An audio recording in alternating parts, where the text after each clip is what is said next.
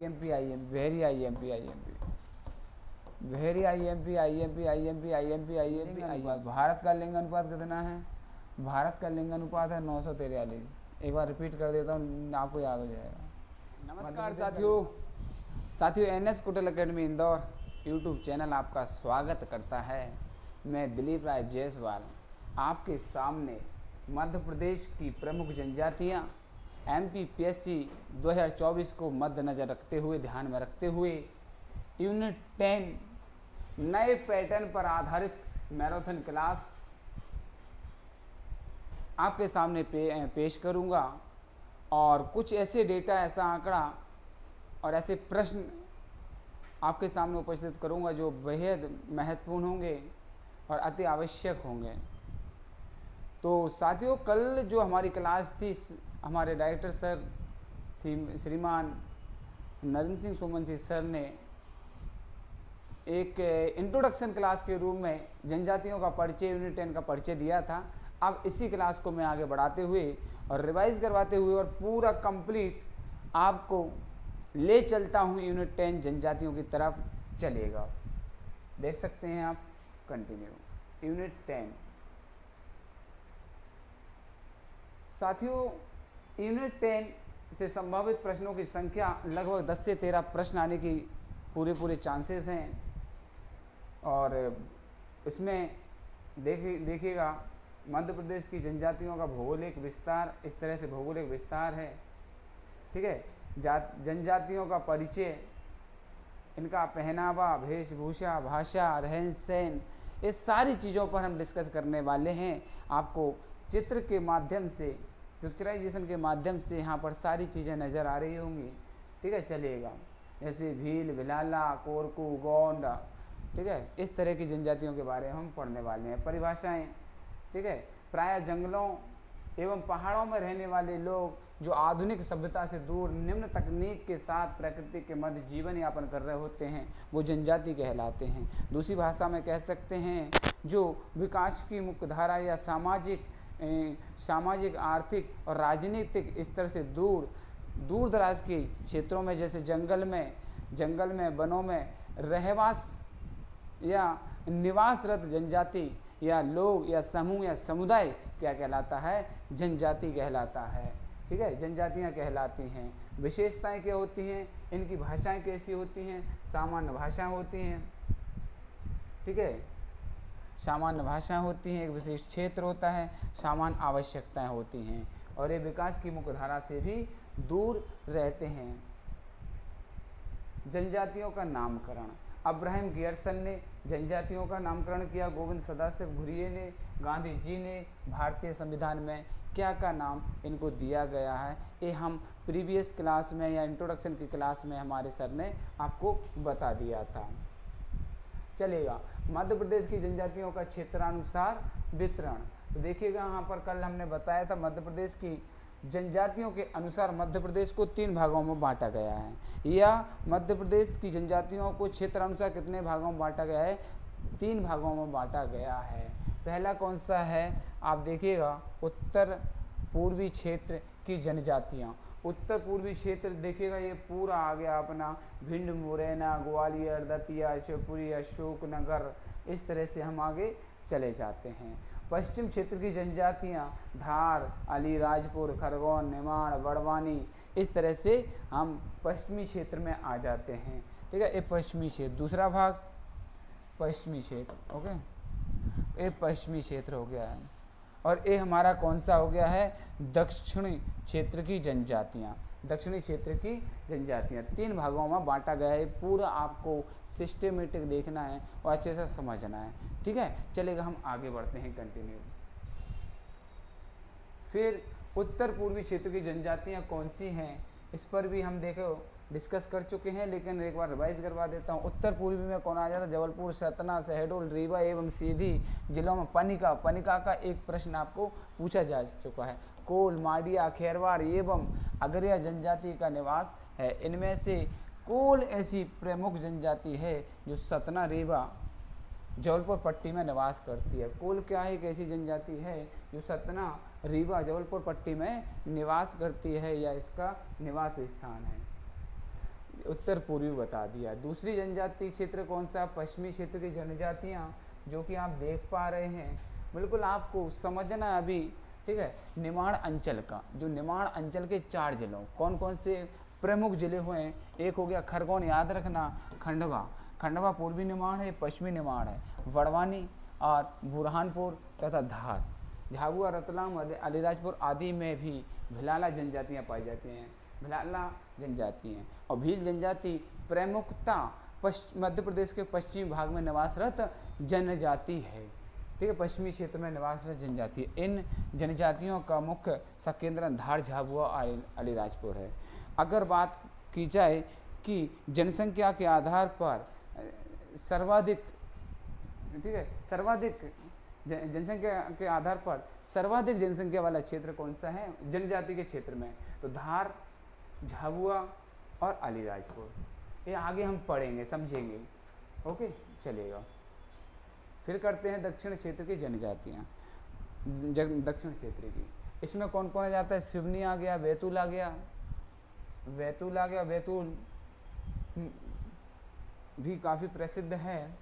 बैतूल, छिंदवाड़ा, और छिंदवाड़ा में पातालकोट नाम की एक जगह है, वो कि भारिया जनजाति के लिए प्रसिद्ध है। नर्मदापुरम, मंडला, बालाघाट आदि जिले आते हैं। यहाँ मुख्य रूप से बैगा जनजाति है। बैतूल में सबसे ज़्यादा बैगा है। कोरकू, भारिया, पातालकोट, छिंदवाड़ा। पातालकोट का संबंध भारिया जनजाति से है और ये स्थान कहाँ पर है? छिंदवाड़ा के आसपास। गोंड, माड़िया, हलवा जनजातियाँ निवास करती हैं। इनमें भारिया छिंदवाड़ा में, बैगा मंडला में। देखिएगा, ये चीज़ें आपको ध्यान रखना है। भारिया कहाँ पर ध्यान रखना है? छिंदवाड़ा में। बैगा मंडला में पूछा गया है। बैगा जनजाति का संबंध कौन से जिले से है, कौन से जिले में निवास रहता है, सबसे ज़्यादा कहाँ पर निवास रहता है? तो को आएगा, क्या आएगा? भारिया छिंदवाड़ा में, बैगा अपना मंडला में, कोरकू होशंगाबाद में। ध्यान रखना, ये पूछा गया प्रश्न है। कोरकू कहाँ पर? होशंगाबाद में, ठीक है। पूर्वी निमाड़ तक निवास करती है। यहाँ तक कि प्रमुख जनजाति गोंड है, और यहाँ की सभी क्या है? प्रमुख जनजाति है क्या? पूर्वोत्तर मध्य प्रदेश की जो जनजाति है वो कौन सी है? ठीक है, दक्षिण पूर्व की कौन सी है? गोंड है। अब यहाँ पर आप देख सकते हैं मध्य प्रदेश प्रमुख जनजातियाँ, उपजातियाँ, जनजातियाँ उनकी उपजातियाँ। कुछ प्रश्न यहाँ पर मैं आपको बताने जा रहा हूँ, आपको ध्यान रखना है, जल्दी फटाफट नोट करते जाइएगा। गोंड जनजाति, गोंड की उपजाति में आती है अगरिया, ओझा और सोलहास। बस ये याद रखना, और बस कुछ में 3 याद रखना है, अगरिया, ओझा, सोलहास। भील जनजाति में आएंगे आप, लेकिन क्षेत्र देख लेना, मुख्यतः नर्मदा के दोनों तट, विंध्य एवं सतपुड़ा अंचलों में। एक साइड विंध्य पर्वतमाला, एक साइड सतपुड़ा है। नर्मदा के दक्षिणी क्षेत्र में, ठीक है, नर्मदा क्षेत्र है, सतपुड़ा क्षेत्र है नर्मदा के दक्षिणी क्षेत्र में, और उत्तरी क्षेत्र में विंध्य पर्वतमाला है। तो यहाँ पर निवासरत जनजाति कौन सी है? गोंड है। भील, पटलिया, भिलाला, बस ये 2 ही रखना है उपजनजाति। भील की उपजनजाति में क्या याद रखना है आपको? पटलिया, भिलाला। खरगोन, झाबुआ, खंडवा, बुरहानपुर, बड़वानी, धार, ये आपको भील जनजाति के क्षेत्र हैं। ये बैगा की उप जनजाति, ठीक है। विंझवार रखना है याद, भरोतिया और नरोतिया, बस भरोतिया, नरोतिया, विंझवार, ये अपनी उप जनजाति है बैगा की। और क्षेत्र देख लेना, बैगा का मंडला, बालाघाट, शहडोल, उमरिया, अनूपपुर, ढिंढोरी। तो आपको मंडला जरूर ध्यान रखना है बैगा के लिए मंडला ध्यान रखना है। कोरकू जनजाति, उसकी उप जनजाति, ठीक है, मोवासिरुमा, और ये बस मोवासिरुमा और नहाला याद रख लेना, बाकी कुछ भी याद मत रखना, ये बस भूमिया, भारिया की उप जनजाति भूमिया, और कुछ भी याद मत रखना, ठीक है, भूमिया। ये भारिया जनजाति छिंदवाड़ा, यहाँ पर पातालकोट एक जगह है, पातालकोट एक जगह है, वहाँ पर निवास है। जबलपुर, मंडला, शहडोल, पन्ना, ठीक है, चलेगा। अब चलते हैं आगे की तरफ आपको ले चलता हूँ। ज़्यादा नहीं जाना, कोल पर आ जाइए। कोल का प्रश्न एक बार पूछा जा चुका है, इसलिए कोल जनजाति की उपजातियों को अपन पढ़ लेते हैं। चलिए, कोल, कोल रोहिया और रोठले, रीवा, सतना, शहडोल, सीधी, सिंगरौली, अनूपपुर, ये पूर्वी मध्य प्रदेश में है। सहरिया जनजाति, सहरिया जनजाति का बस सहरिया में एक, ठीक है, अबूझमाड़िया, अबूझमाड़िया ध्यान रखना है, गुना, शिवपुरी, मुरैना। सहरिया जनजाति कहाँ पे है? गुना, शिवपुरी, मुरैना, ठीक है। हलवा, हलवी इसकी उप जनजाति, ये कहाँ की है? बालाघाट में, ठीक है। ये सहरिया 2 बार हो गया, कोई इशू नहीं है। गुना, शिवपुरी, मुरैना, श्योपुर, ये पूरा पूरा चंबल क्षेत्र भी आ जाता है। साउर, साउर मत पढ़िएगा, साहुर मत पढ़िएगा, नहीं पूछेगा। खैरवार, प्रधान, ठीक है, ये कहाँ कहाँ पर रहती है, चलेगा। अब हम आगे चलते हैं, कंटिन्यू। प्रधान, अब थोड़ा सा इन पर नज़र डालते हैं। 2-3 और रह गई हैं, इन पर नज़र डालते हैं, नोट कर लेना। एक जरूर ध्यान रखना, पनिका, पनिका की कोई उपजनजाति नहीं है जो महत्वपूर्ण हो। इस शहडोल, सीधी, सिंगरौली, पूर्वोत्तर मध्य प्रदेश की जनजाति है पनिका। अगरिया जो लोहे का काम करते हैं, और ये मंडला, सीधी, शहडोल में आते हैं।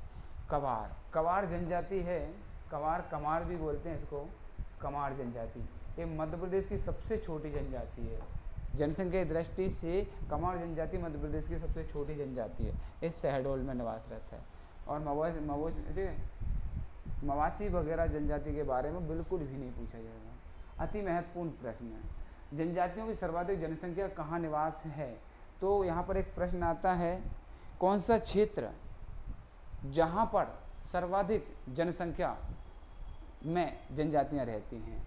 तो क्या आएगा? मालवा का पठार। क्या आएगा? मालवा का पठार। क्या आएगा? मालवा का पठार। मालवा का पठार सर्वाधिक जनसंख्या कहाँ निवास करती है? मालवा का पठार। ये अपना मैप हो गया है, ये आप सब सारे पठार वगैरह आपको पढ़ाएंगे। मध्य प्रदेश में कुल कितने प्रकार की जनजातियाँ रहती हैं? मध्य प्रदेश में कुल कितने प्रकार की जनजातियाँ रहती हैं? ऑथेंटिक डेटा आपके सामने है, कितना? 43 प्रकार की। एक करेक्ट है 43, किसी किसी बुक में 45 दिया है, 46 दिया है, इन पर आपको बिल्कुल नहीं है, क्योंकि ये बाद में कोई उपजाति जनजाति ऐसा जनजाति मिल गई है, उसके अनुसार किसी बुक में 45 से 46, लेकिन जो ऑथेंटिक बुक है, ऑथेंटिक पब्लिकेशन, उनमें 43 प्रकार की जनजातियाँ ही मिलेंगी, और यही आपको राइट लगाना है। और MP PSC आयोग, व्यापम सभी परीक्षाओं में 43 प्रकार की जनजातियों का प्रश्न ही सही माना गया है। मध्य प्रदेश की सबसे बड़ी जनजाति कौन सी है? मध्य प्रदेश की सबसे बड़ी जनजाति, मध्य प्रदेश की सबसे बड़ी जनजाति है भील जनजाति। मध्य प्रदेश की सबसे बड़ी जनजाति है भील जनजाति।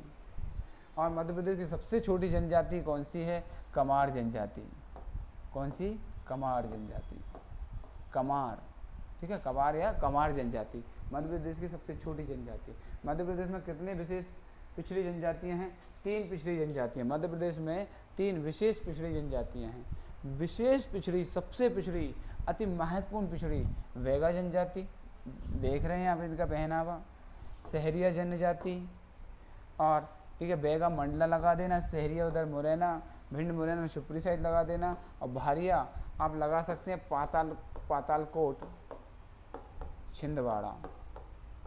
पातालकोट जगह है छिंदवाड़ा, छिंदवाड़ा। इस पर आप थोड़ा सा नहीं, तो कितने विशेष पिछड़ी जनजातियां मध्य प्रदेश में? 3। कौन कौन सी? वेगा, भारिया, ठीक है, बेगा सहरिया भारिया। अब आते हैं यहाँ पर, चलेगा। अब क्या करना? सतना, रीवा, जबलपुर क्षेत्र में निवास करने वाली प्रमुख जनजाति कौन सी है? कोल।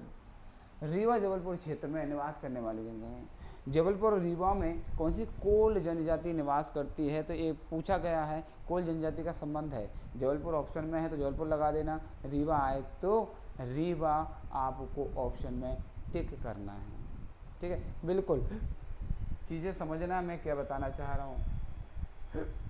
अब आता है इनको जोड़ियों को सही सुमेलित करना है। जो भील जनजाति है वो निमाड़ क्षेत्र में है, क्योंकि आपको पता है इसका सर्वाधिक ठीक है क्षेत्र कौन सा है? ये अपना पश्चिमी मध्य प्रदेश, पश्चिमी मध्य प्रदेश, और पश्चिमी मध्य प्रदेश में निमाड़ आ जाता है। जैसे आ गया ठीक है, खंडवा, खरगोन, धार, अलीराजपुर, बड़वानी। कोरकू जनजाति जस्ट मैंने अभी बताया था आपको, बताया था सतपुड़ा और मेकाल क्षेत्र में आती है। कोल जस्ट अभी पढ़ा है हमने, ठीक है, सुकोही के जंगलों। सुकोही के जंगल कहाँ पर हैं, ठीक है, आपको पता है जबलपुर और ठीक है, चलेगा। गोंड जनजाति, अब गोंड जनजाति अभी मैंने बताया लांजी क्षेत्र, गोंड जनजाति लांजी क्षेत्र में है। सहरिया जनजाति शिवपुरी क्षेत्र में आती है। सहरिया जनजाति शिवपुरी, भिंड, मुरैना उधर आती है। वेगा का प्रश्न बना था, फिर से और देख लीजिएगा, डिंडोरी क्षेत्र में। वेगा कौन सा, डिंडोरी, ठीक है, डिंडोरी क्षेत्र में। अब बात करते हैं सर्वाधिक अनुसूचित जनजाति, ओके, सर्वाधिक अनुसूचित जनजाति वाले जिले, सर्वाधिक अनुसूचित जनजाति संख्या वाले जिले। तो सबसे पहला आएगा धार, फिर आएगा बड़वानी, फिर आएगा बड़वानी, और फिर आएगा धार, झाबुआ।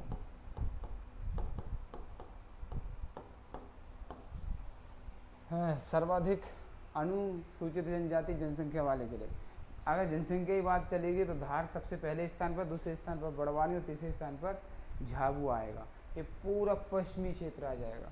कौन सा, वेस्टर्न मध्य प्रदेश आ जाएगा, वेस्टर्न एमपी आ जाएगा। वेस्टर्न एमपी में क्या आ जाएगा, निमाड़ आ जाएगा, खंडवा, खरगोन आदि आ जाएंगे। ओके, वेस्टर्न एमपी आ जाएगा, चलेगा। धार, बड़वानी, झाबुआ। सर्वाधिक अनुसूचित जनसंख्या प्रतिशत वाले जिले, जनसंख्या प्रतिशत वाले जिले। अगर प्रतिशत की बात आएगी तो सर्वाधिक जनसंख्या प्रतिशत वाले जिले में आएगा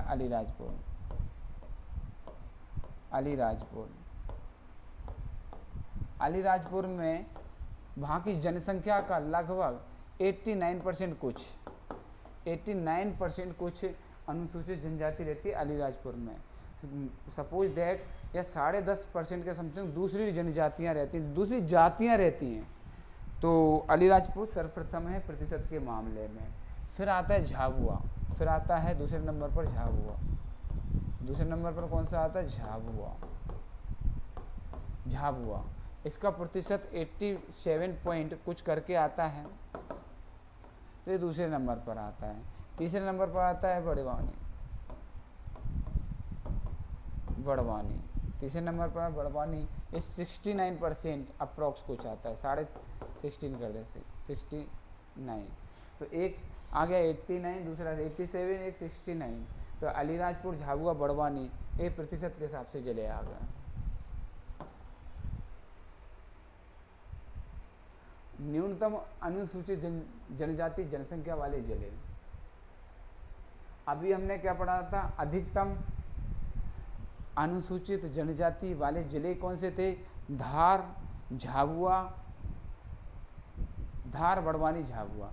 प्रतिशत के लिहाज से या हिसाब से देखा जाए तो अलीराजपुर 89 पॉइंट कुछ %, फिर उस था झाबुआ 87 पॉइंट कुछ %, बड़वानी 69 कुछ % था। न्यूनतम अनुसूचित जनजाति जनसंख्या वाले जिले ये आ जाएगा हमारा उत्तरी जिले, ठीक है। जो northern district of Madhya Pradesh आते हैं उसमें आ जाता मुरैना में आते हैं 6131। दूसरा आता है दतिया, दूसरा कौन सा आ जाता है, दतिया 15061। और तीसरा आता है भिंड, पहला आएगा भिंड। वहाँ भी चाहूँगा, थोड़ा सा मुझसे मिस्टेक हो गया है। हाँ, न्यूनतम अनुसूचित जनजाति जनसंख्या वाले जिलों में पहले नंबर पर आएगा, सबसे कम आती है जनसंख्या कहाँ पर है, भिंड। दूसरे नंबर पर आता है दतिया, तीसरे नंबर पर आता है मुरैना। भिंड, दतिया, मुरैना, यहाँ पर है टोटल 61-31 इस पर है 15,061 और यहाँ पर जनसंख्या 17,030। आप कम ज़्यादा हो सकती है, लेकिन मैं बात कर रहा हूँ कौन सी जनगणना के अनुसार, जनगणना 2011 के अनुसार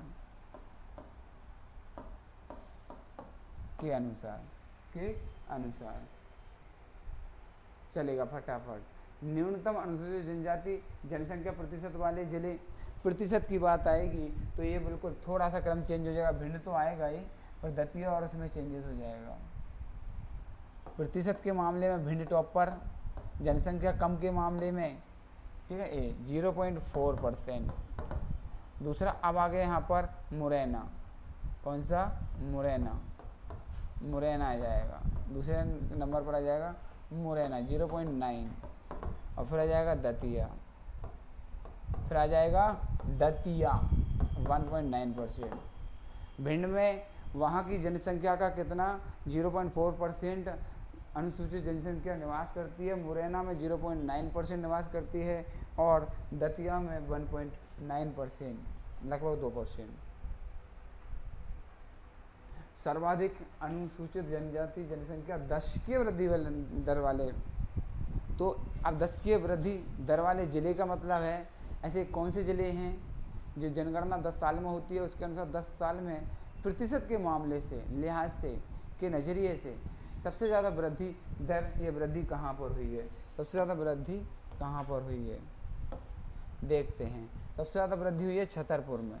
छतरपुर में कितने हुई है, 42.6% की वृद्धि हुई है। शिवपुरी में हुई है 42% की। सबसे ज़्यादा 10 की वृद्धि दर अनुसूचित जनसंख्या में हुई है तो वो हुई है छतरपुर में 42.6 और शिवपुरी में हुई है 42% और बुरहानपुर में हुई है 36.3। तो देखिए छतरपुर ये दिख रहा है हमारे लिए, बुंदेलखंड रीजन में आता है, ये हमारा उत्तरी मध्य प्रदेश में आता है, दक्षिणी मध्य प्रदेश में आता है। तो छतरपुर, शिवपुरी, बुरहानपुर ये हो गए हमारे 10 की जनसंख्या वृद्धि वाले जिले। न्यूनतम अनुसूचित जनजाति जनसंख्या 10 की वृद्धि वाले जिले, जिनमें बिल्कुल ना के बराबर वृद्धि हुई है, न्यूनतम हुई है 11.5% मंदसौर। 10 की वृद्धि दर में न्यूनतम आता है मंदसौर और मैक्सिमम में आता है, अधिकतम में आता है, कौन सा आता है जल्दी से बताइएगा, अभी हमने आपको बताया था, छतरपुर आता है। भिंड दूसरे नंबर पर आता है 10 की वृद्धि के निम्न स्तर पर, उज्जैन आता है तीसरे नंबर पर। तो ये हमारा क्या हो गया, मंदसौर सबसे कम, फिर भिंड और फिर आता है उज्जैन। इनमें 10 की वृद्धि दर कम हुई है। अति महत्वपूर्ण प्रश्न, अति महत्वपूर्ण प्रश्न जो कि आपकी परीक्षा की दृष्टि से महत्वपूर्ण है, हमने तैयार किया है। मध्य प्रदेश के पश्चिमी क्षेत्र में कौन सी जनजाति रहती है, फटाफट तुरंत लगा देना। पश्चिमी क्षेत्र जैसा आता है भील, भील मध्य प्रदेश की सबसे बड़ी जनजाति है। यह प्रदेश के पश्चिमी क्षेत्र धार, झाबुआ, अलीराजपुर आदि जिलों में निवास करती है। जनगणना, ठीक है, जनगणना 2011 के अनुसार मध्य प्रदेश की कुल जनसंख्या का कितना प्रतिशत अनुसूचित जनजाति है, ये पूछा गया है। कितना प्रतिशत अनुसूचित जनजाति, ये प्रश्न पूछा गया 100%। ठीक है, तो ये ध्यान रखना है आपको। ठीक है, जनगणना 2011 के अनुसार मध्य प्रदेश की कुल जनसंख्या का कितना प्रतिशत अनुसूचित जनजाति जनसंख्या है। अनुसूचित जनजाति की बात करेंगे तो ये आएगा हमारा 21.09%। अनुसूचित की बात करेंगे, अगर हम अनुसूचित ना करें तो, और जाति की बात करें, अनुसूचित जाति की बात करें, जनजाति की बात ना करें, अनुसूचित जाति की बात करें, एससी की बात करें, तो एससी की बात क्या हो जाएगा, ए वाला आ जाएगा 15.6%। मध्य प्रदेश की जनसंख्या का 15.6% अनुसूचित जाति है और अनुसूचित जनजाति की बात करेंगे तो 21.09% है। मध्य प्रदेश में 1.5% करोड़, 1.553 करोड़ अनुसूचित जनजाति रहती है। मतलब 1,53,00,000 लगभग अनुसूचित जनजाति है, जो प्रदेश की कुल जनसंख्या का 21.09% है, 9% है। भारत का सर्वाधिक अनुसूचित जनजाति जनसंख्या वाला राज्य, भारत का सर्वाधिक अनुसूचित जनसंख्या वाला राज्य, तो मध्य प्रदेश ही आएगा। मध्य प्रदेश में भारत की सर्वाधिक अनुसूचित जनजाति आबादी निवास करती है, जबकि जनजाति जनसंख्या के मामले में मिजोरम राज्य राज्य का प्रथम स्थान है। मिजोरम राज्य का प्रथम स्थान है। जनजाति संख्या के प्रतिशत के मामले में, प्रतिशत की बात करें तो मिजोरम है, और जनसंख्या में बात करें तो कौन है? मध्य प्रदेश है। मध्य प्रदेश है। मध्य प्रदेश के किस जिले में सर्वाधिक अनुसूचित जनजाति जनसंख्या निवास करती है? अभी हमने पढ़ा था सर्वाधिक करती है, तो धार में। जनसंख्या की बात करें तो कहाँ करती है? धार में करती है। अगर इसमें कहा जाता, इसमें क्या कहा जाता? प्रतिशत का कहा जाता, तो प्रतिशत के मामले में हम अलीराजपुर को लगा देते। प्रतिशत के मामले में किसको लगा देते? अलीराजपुर को। लेकिन यहाँ पर प्रतिशत नहीं बोला, उसने जनसंख्या में बोला है, और प्रतिशत का होता तो ये टॉप पर होती। प्रतिशत का होता टॉप पर होती। चलेगा। जनगणना के अनुसार 11 के अनुसार मध्य प्रदेश के धार जिले में सर्वाधिक अनुसूचित जनजाति जनसंख्या पाई जाती है। अब वो भी कितनी पाई जाती है यहाँ पर देख लीजिएगा, ठीक है, 12,22,000 कुछ करके। मध्य प्रदेश का सर्वाधिक अनुसूचित जनजाति जनसंख्या वाला जिला कौन सा है? ठीक है, कौन सा है सर्वाधिक अनुसूचित जनजाति वाला? वो भी धार है। चलेगा। अलीराजपुर में प्रतिशत बोला हो तो चलेगा। प्रतिशत वाला बोला, माफी चाहूँगा, प्रतिशत वाला बोला है। अगर प्रतिशत वाला बोलता है तो बाय फॉल्ट हो गया था। प्रतिशत वाला बोलता है तो अलीराजपुर है, और प्रतिशत नहीं बोलता है, बिना प्रतिशत के बोलता है, जनसंख्या ही बोलता है, तो धार में सबसे ज़्यादा अनुसूचित जनजाति है। प्रतिशत के मामले में अलीराजपुर टॉप पर है। अलीराजपुर टॉप पर है। अलीराजपुर में 89% जनसंख्या निवास करती है। धार में सर्वाधिक अनुसूचित जनजाति, या ना कि प्रतिशत, चलेगा, ना कि प्रतिशत।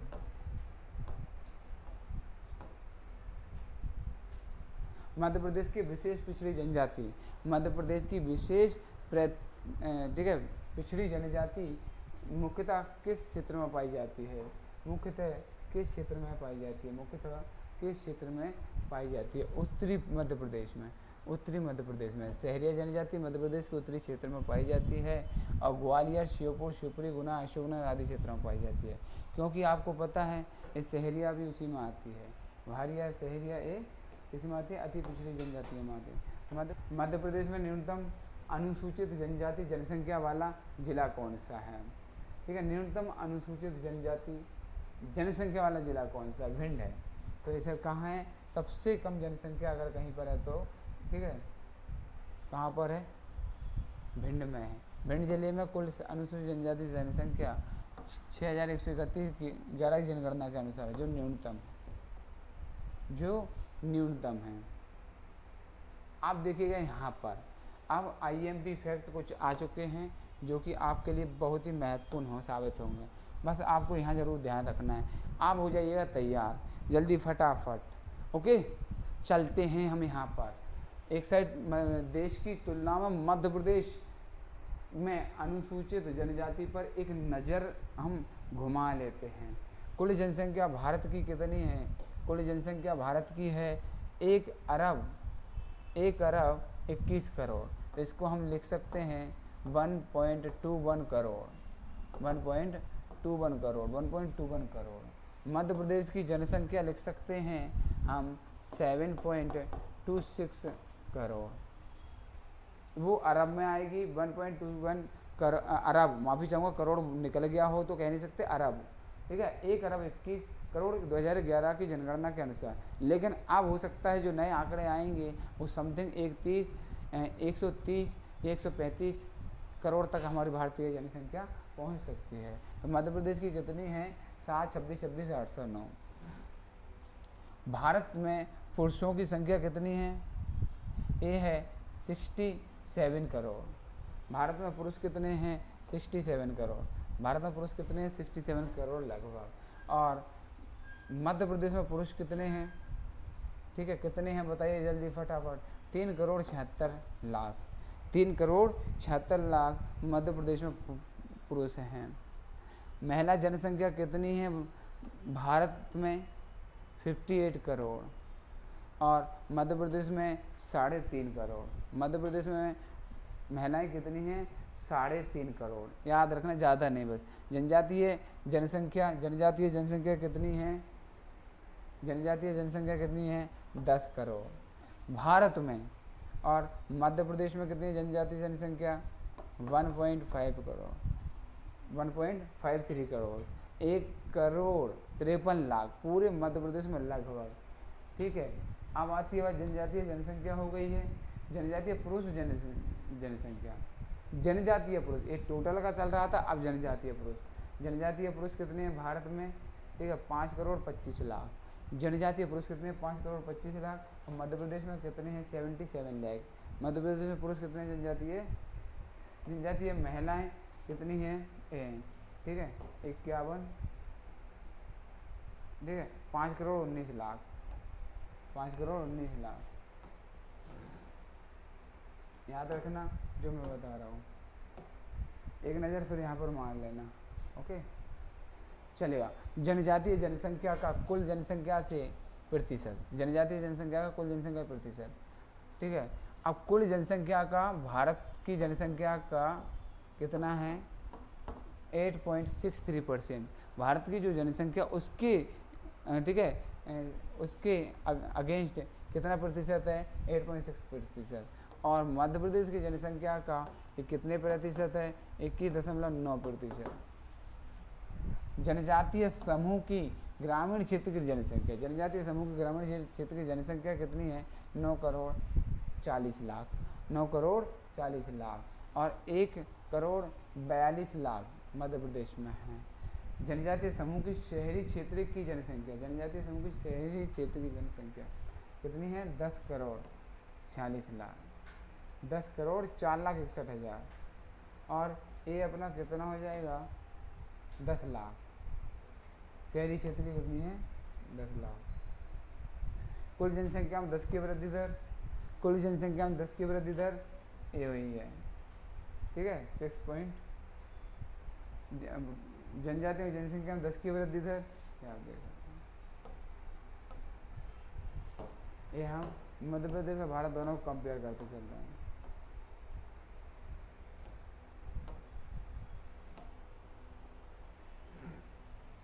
परिवारों की संख्या नहीं पूछेगा, फिर भी डेटा ले लेना, देख लेना। जनजातीय परिवारों की संख्या नहीं पूछेगा। लिंगन बस ये आपको IMP वेरी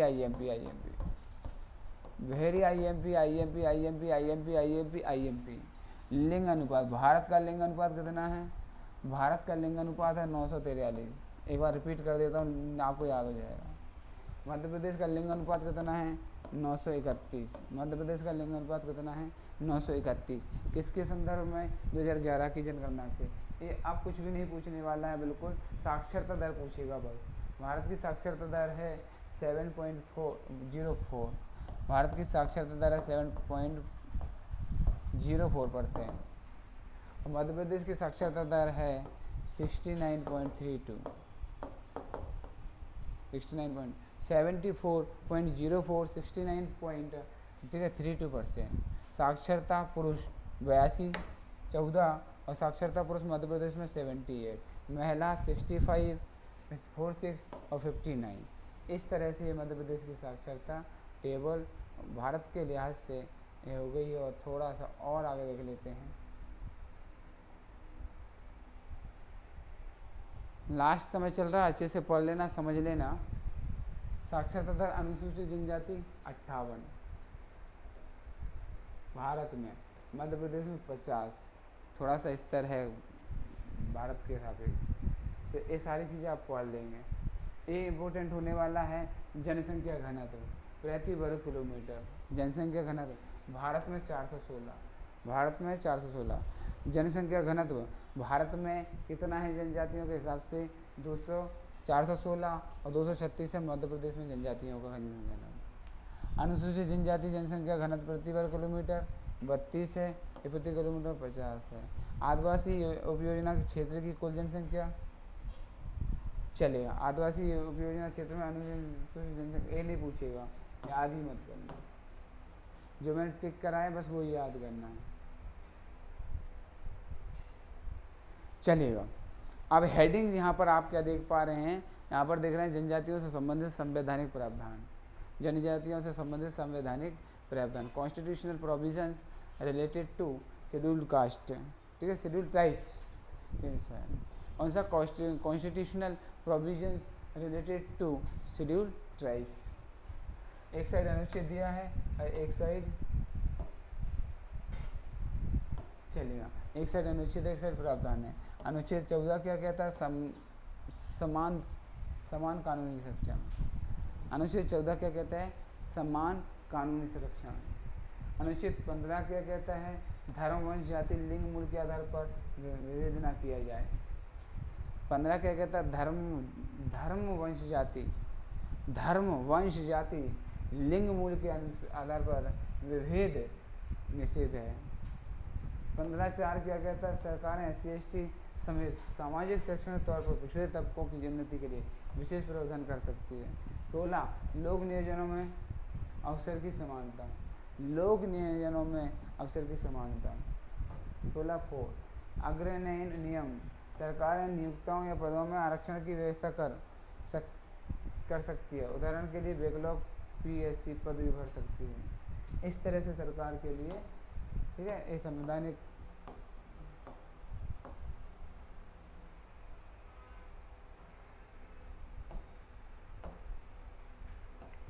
चलेगा। अब अनुच्छेद 17 अस्पृश्यता का अंत। अनुच्छेद 17 क्या है, अस्पृश्यता का अंत, अनटचेबिलिटी। अनुच्छेद 17। 19 अनुच्छेद 19 अभिव्यक्ति की स्वतंत्रता, स्पीक टू राइट, ठीक है, अभिव्यक्ति की स्वतंत्रता, speak to right to speak है जो भी। 23 मानव के दुर्व्यापार एवं बाल श्रम का प्रतिषेध, मानव के दुर्व्यापार बाल श्रम के प्रति निषेध। 24 कारखाने आदि में बालकों के नियोजन बाल श्रम का प्रतिषेध, ठीक है। अनुच्छेद 29 ध्यान रखना, भाग में रहने वाले नागरिकों किसी के अनुभव को जिसको अपनी बोली भाषा लिपि संस्कृति में सुरक्षित करवाने का अधिकार हो। 40 सरकारें SC/ST समेत सभी कमजोर वर्गों के शैक्षणिक और धार्मिक हितों को बढ़ावा देगी। सरकार ने कहा है ये जरूरी नहीं कि अनुसूचित जनजाति से हो, आप जाति से हो, कहीं से हो, कमजोर वर्ग के शिक्षण के लिए भी शैक्षणिक और आर्थिक सहयोग देने की आवश्यकता है, ज़रूरत है। तो ये आप निश्चिंत रहें कि बस सिर्फ जिनको ही लाभ मिलेगा सबको लाभ मिलेगा, कमजोर तबके के लोग भी होंगे उनको ही लाभ मिलेगा। चलेगा। अब बात करते हैं 164 बिहार मध्य प्रदेश उड़ीसा जैसे SC/ST की बड़ी आबादी वाले राज्यों में एक जनजाति कल्याण मंत्री हो, इसमें बिहार को अलग करके छत्तीसगढ़ और झारखंड का नाम जोड़ा गया। 2044 क्या कहता है, देखो यहाँ पर क्षेत्रों में अनुसूचित क्षेत्रों अनुसूचित क्षेत्र का शासन, अनुसूचित क्षेत्रों और अनुसूचित क्षेत्र का शासन। 244(1) 5वीं अनुसूची अनुसूचित क्षेत्रों के प्रशासन और जनजातीय सलाहकार परिषद के गठन के लिए निर्देश है। परिषदें जनजाति समुदाय के कारण से संबंधित मामलों की निगरानी करेगी और सलाह देगी।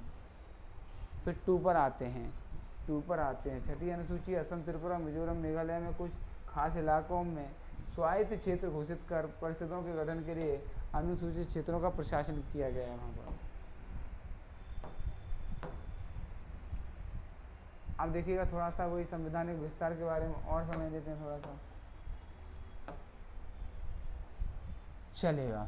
अनुच्छेद 275(a) SC/ST के कल्याण को बढ़ावा देने अनुसूचित क्षेत्रों में प्रशासन स्तर को सुधारने के लिए अनुदान। SC/ST के कल्याण को बढ़ावा देना, अनुसूचित क्षेत्रों में प्रशासन स्तर को सुधारने के लिए अनुदान, ठीक है। 338 SC/ST कमीशन के गठन का प्रावधान किया गया। नोट 89वां संविधान संशोधन अधिनियम 2003 द्वारा राष्ट्रीय अनुसूचित जनजाति आयोग के गठन को वर्ष 2004 में अलग अलग आयोग में विभाजित किया गया। अब क्या हुआ, जो SC/ST कमीशन है, SC/ST कमीशन का प्रावधान हुआ 89वें संविधान संशोधन अधिनियम 3 द्वारा राष्ट्रीय अनुसूचित जनजाति आयोग में विभाजित कर दिया गया। और आगे चलते हैं कंटिन्यू।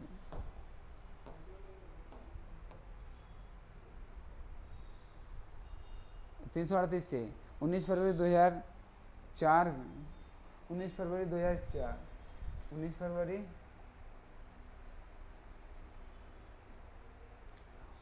2004 की अनुच्छेद 338 के तहत राष्ट्रीय अनुसूचित जाति आयोग का गठन किया गया, जिसने अपना कार्य मार्च 2004 में प्रारंभ किया।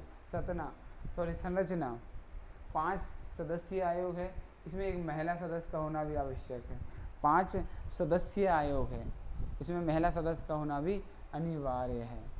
अध्यक्ष केंद्रीय कैबिनेट मंत्री का स्तर अध्यक्ष अनुसूचित जाति अनुसूचित जनजाति का ही होगा। जो अध्यक्ष होगा, ध्यान रखना, अध्यक्ष भी किसका होगा, इन्हीं जातियों में से जनजातियों में से होगा कोई, उसी अध्यक्ष बनाया जाएगा। उपाध्यक्ष केंद्रीय सरकार राज्य मंत्री का स्तर, केंद्रीय सरकार राज्य मंत्री का स्तर, बहुत बढ़िया। सदस्य भारत सरकार के सचिव स्तर का दर्जा, मुख्यालय नई दिल्ली, तो इसका मुख्यालय है। कार्यावधि 3 वर्ष की कार्यावधि होगी अध्यक्ष की, उपाध्यक्ष और सदस्यों की। इसके 6 क्षेत्रीय कार्यालय हैं, भोपाल, जबलपुर, भुवनेश्वर, रांची, जयपुर और शिलांग। भोपाल, जयपुर, भुवनेश्वर, रांची, जयपुर और शिलांग, इसके 6 क्या हैं, ठीक है, इसके 6 क्षेत्रीय कार्यालय हैं। भोपाल, जयपुर, भुवनेश्वर, भोपाल, जयपुर, भुवनेश्वर, रांची, रायपुर, शिलांग।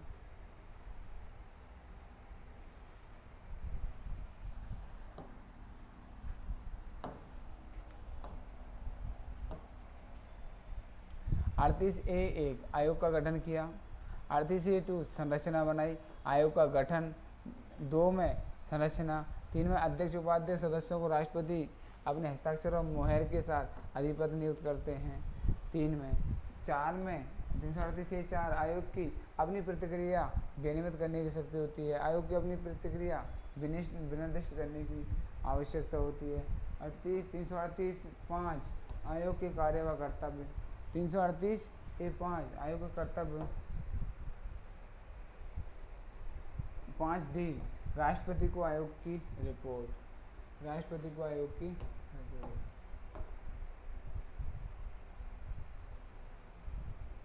चलेगा, बाकी इसका स्क्रीनशॉट ले लो और पढ़ लो। चलेगा, मैं आगे बढ़ूँ, इम्पोर्टेंट लग रहा है मुझे, ठीक है। 338A8 आयोग की सिविल न्यायालय की शक्तियाँ प्राप्त होंगी। केंद्र प्रत्येक राज्य सरकारों द्वारा अनुसूचित जनजाति के संबंध में नियम का बनाएगा। 342 सरकार जनजातीय समुदाय को ST के रूप में चिन्हित करेगी। 342 सरकार जनजातीय समुदायों को ST के रूप में चिन्हित करेगी।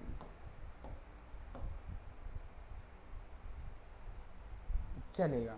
342A 342A राष्ट्रपति किसी राज्य या केंद्रशासित क्षेत्र में संबंधित वहाँ के राज्यपाल से परामर्श करने के पश्चात अधिसूचना द्वारा जनजातियों को या उनके समुदाय को निर्दिष्ट कर सकेगा। यह केवल अनुसूचित जनजाति को परिभाषित करने की प्रक्रिया निर्धारित करती है। यह केवल अनुसूचित जनजाति को परिभाषित करने की प्रतिक्रिया निर्धारित करती है, प्रतिक्रिया निर्धारित करती है। नोट, इसमें अनुसूचित जनजाति को ऐसी आदिवासी जनजाति जाति या समुदाय का समूह माना जाता है कि रूप में परिभाषित किया गया, जिन्हें इस संविधान के उद्देश्य के लिए अनुच्छेद 342 में अनुसूचित जनजाति माना गया है। ठीक है, चलिएगा।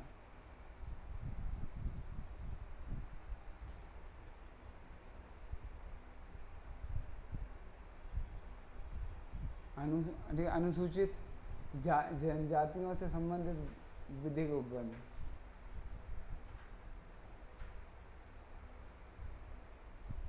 मध्य प्रदेश आदिम जनजाति संरक्षण अधिनियम, मध्य प्रदेश आदिम जनजाति अधिनियम संरक्षण, ठीक है, वृक्षों के हित 1999, वृक्षों के हित अनुसूचित जाति जनजाति अत्याचार निरोधक अधिनियम 1990।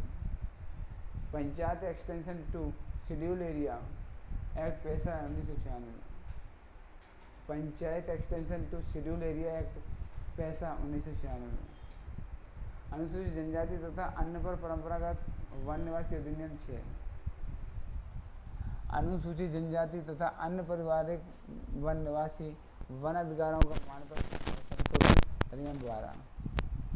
राष्ट्रीय अनुसूचित जनजाति आयोग 19 फरवरी 2004।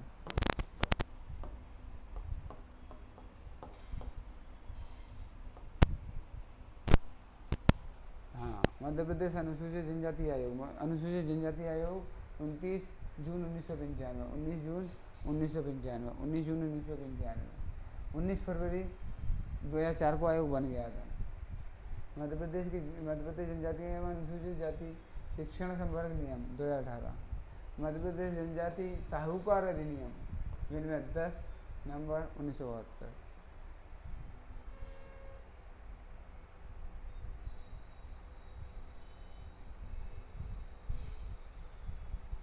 चलेगा।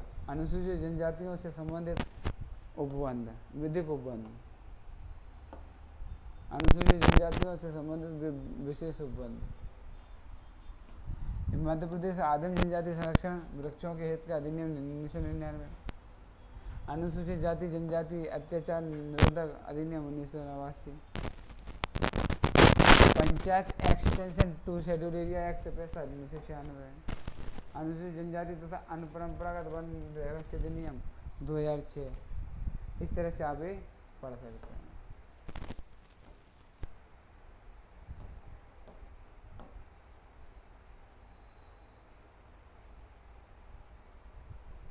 चलेगा। अनुसूचित जनजातियों से संबंधित विधिक उपबंध कब आया बना? 19 फरवरी 2004 में। मध्य प्रदेश अनुसूचित जनजाति आयोग 29 जून 1995। मध्य प्रदेश जनजातीय एवं अनुसूचित जाति प्रशिक्षण संवर्ग नियम 2018। मध्य प्रदेश जनजाति साहूकार विनिमय नियम 10.97।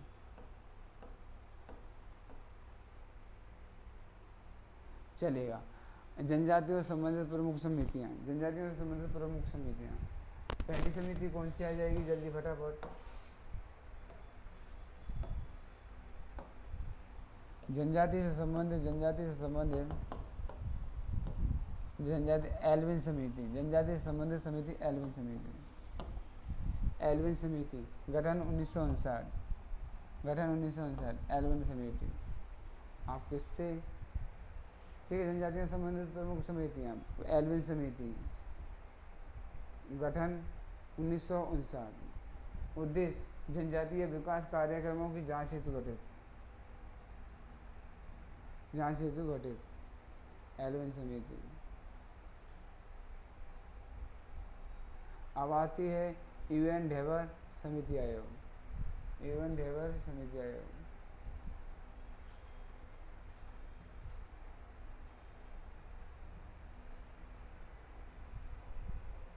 चलेगा। यूएन ढेबर समिति आयोग, इसका क्या गठन 1960। इसका गठन कब हुआ था? 1960। इसका गठन कब हुआ था? 1960। इसका गठन कब हुआ था? 1960। इसका गठन कब हुआ था? 1960। किसका? जो आप देख रहे हैं। चलेगा। गठन 1960 यूएन ढेबर समिति आयोग। उधर जनजातियों की समग्र स्थिति को ठीक है संबोधित करने हेतु भूमि अलगाव मुद्दे की जांच हेतु 1973 में जनजातियों के चौथे वर्ग के रूप में विशेष पिछड़ी जनजाति बाई पीवीटी-जी की विशेष श्रेणी बनाई है।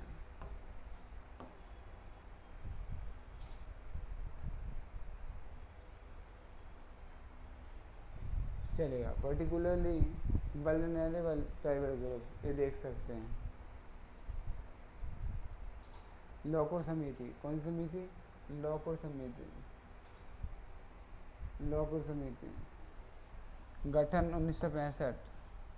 अनुसूचित जनजाति को परिभाषित करने के मानदंडों पर विचार करने हेतु रिपोर्ट। कुल 5 मानदंड मानदंड निर्धारित किए हैं। पाँच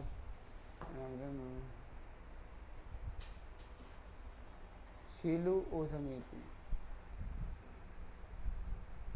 शीलू ओ समिति, शीलू ओ समिति। 1966 जनजाति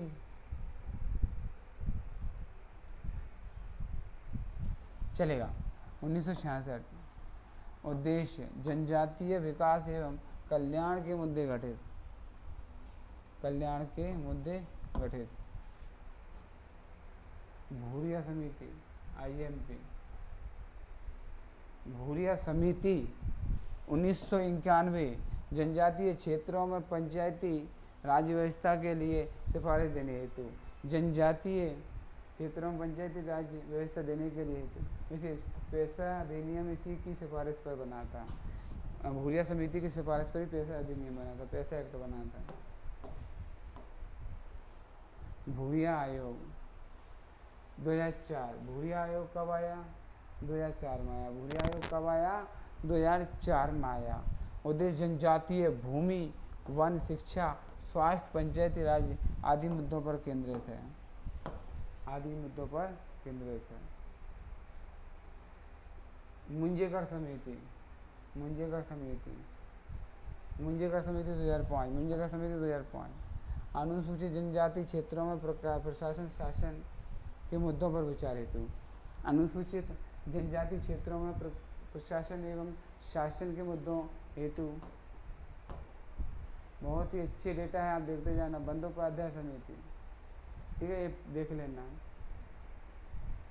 सासा समिति 2013 और वर्जीनियस सासा समुदायों की सामाजिक आर्थिक स्वास्थ्य ये तो अपन करते ही हैं। वैधानिक प्रावधान, वैधानिक प्रावधान, वैधानिक प्रावधान अनुसूचित जाति, अनुसूचित जनजाति अत्याचार निवारण अधिनियम 1989, अनुसूचित जाति अनुसूचित जनजाति अत्याचार निवारण अधिनियम 1989 5 अध्याय और 23 धाराओं के साथ। SC/ST एक्ट है, उसमें कितनी 5 धाराएं हैं और 5 अध्याय हैं और 23 धाराएं हैं। 11 सितंबर 1990 को पारित हुआ, लागू 23 जनवरी 1990 को संपूर्ण भारत में लागू हुआ। SC/ST अत्याचार निवारण अधिनियम 89 5 अध्याय 23 धाराएं, 5 अध्याय 23 धाराएं 11 सितंबर 1990 को पारित हुआ। 11 सितंबर 1990 को पारित हुआ, 11 सितंबर 1990 को। SC/ST एक्ट कब पारित हुआ? 11 सितंबर 1990 को। और 30 जनवरी 1990 30 जनवरी 1990 को संपूर्ण भारत में लागू हो गया। और अनुसूचित जाति अनुसूचित जनजाति के लोगों के शोषण से मुक्ति हेतु अत्याचारों के अपराध हेतु दंड का प्रावधान दिया गया, दंड का प्रावधान दिया गया। अब यहाँ पर प्रश्न कैसा बनेगा आपके लिए? आपके लिए प्रश्न बनेगा कि अनुसूचित जाति जनजाति अत्याचार निवारण अधिनियम 1990 में कितने अध्याय थे? 5। कितनी धाराएं थी? 23।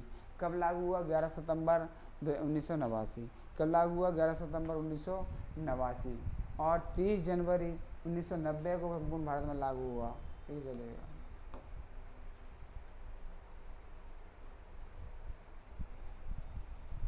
मध्य प्रदेश अनुसूचित जनजाति आयोग 95, अनुसूचित जनजाति आयोग, अनुसूचित मध्य प्रदेश अनुसूचित जनजाति आयोग 1995 और मध्य प्रदेश राज्य अनुसूचित जनजाति अधिनियम 1995 के तहत गठन कब हुआ? 29 जून 1995 धारा 3 के तहत। संरचना 1 अध्यक्ष 1, 2 अशासकीय सदस्य आदि। अध्यक्ष 1, 2 अशासकीय सदस्य बनेंगे। इसमें मुख्यालय इसका भोपाल होगा। नियुक्ति राज्य सरकार द्वारा की जाएगी कहीं पर भी, नियुक्ति राज्य सरकार द्वारा कहीं पर भी।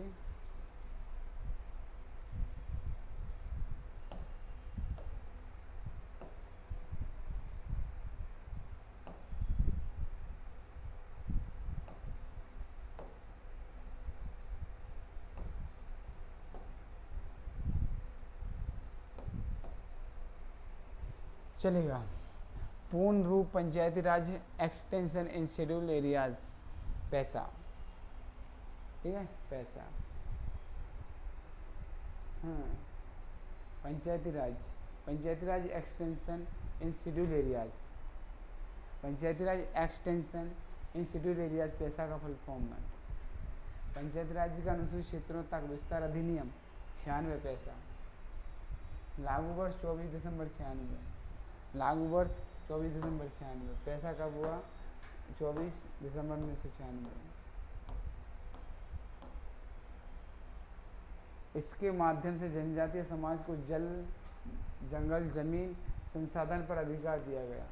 और SC/ST एक्ट के माध्यम से 90 में क्या हुआ, जल, जंगल, जमीन, संसाधन पर अधिकार दिया गया। जल, जंगल, जमीन, ठीक है, संसाधन पर अधिकार दिया गया। 10 राज्यों में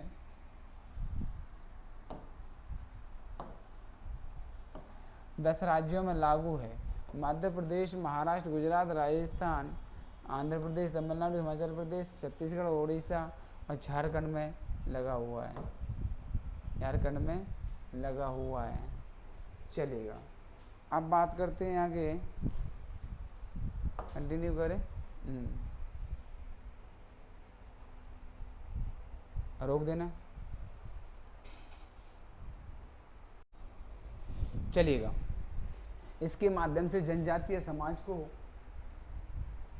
जल, जंगल, जमीन, संसाधन पर अधिकार दिया गया। 10 राज्यों में लागू है।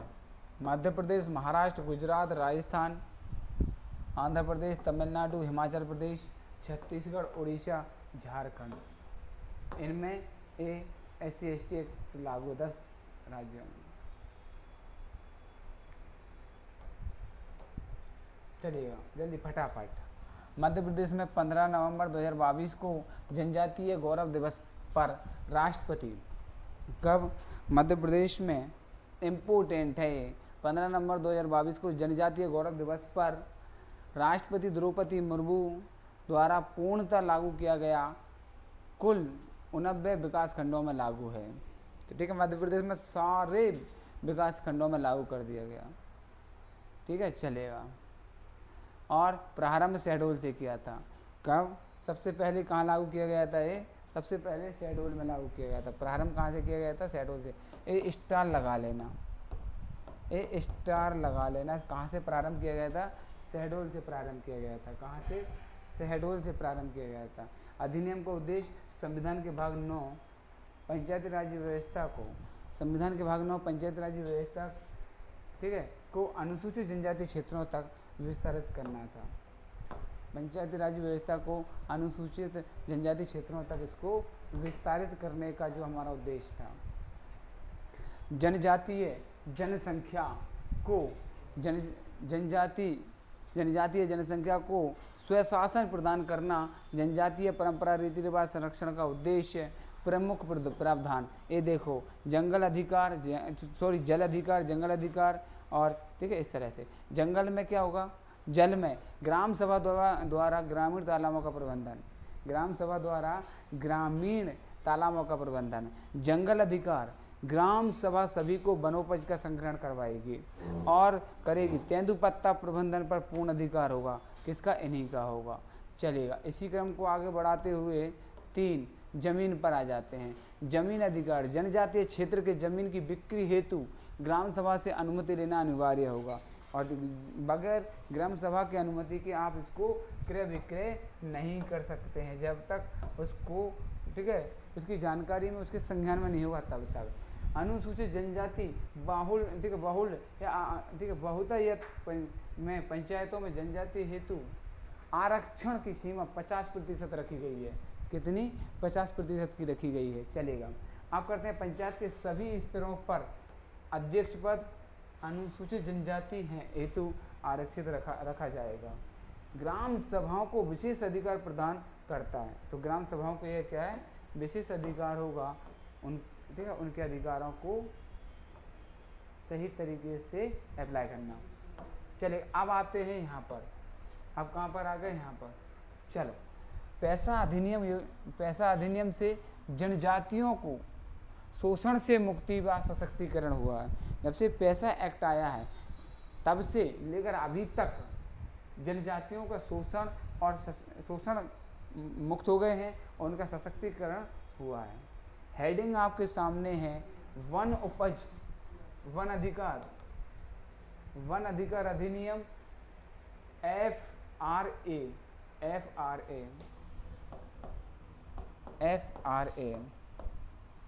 ठीक है, FRA फॉरेस्ट राइट एक्ट, ठीक है, फॉरेस्ट राइट एक्ट, वन अधिकार अधिनियम क्या कहता है? अधिनियम मध्य प्रदेश में 1 जनवरी 2008 से लागू है। वन अधिकार अधिनियम मध्य प्रदेश में 1 जनवरी 2008 से लागू है। और नोडल एजेंसी कौन सी है? जनजातीय कार्य विभाग। इसकी नोडल एजेंसी किसको बनाया गया है? जनजातीय कार्य विभाग। और अन्य नाम क्या है इसके? FRA एक्ट 2006 भी नाम है इसका। अन्य नाम एक और क्या है? FRA एक्ट 2006 और 1 जनवरी 2008 से लागू है, ये प्रभावशील है। अगला पॉइंट, इसका उद्देश्य क्या है?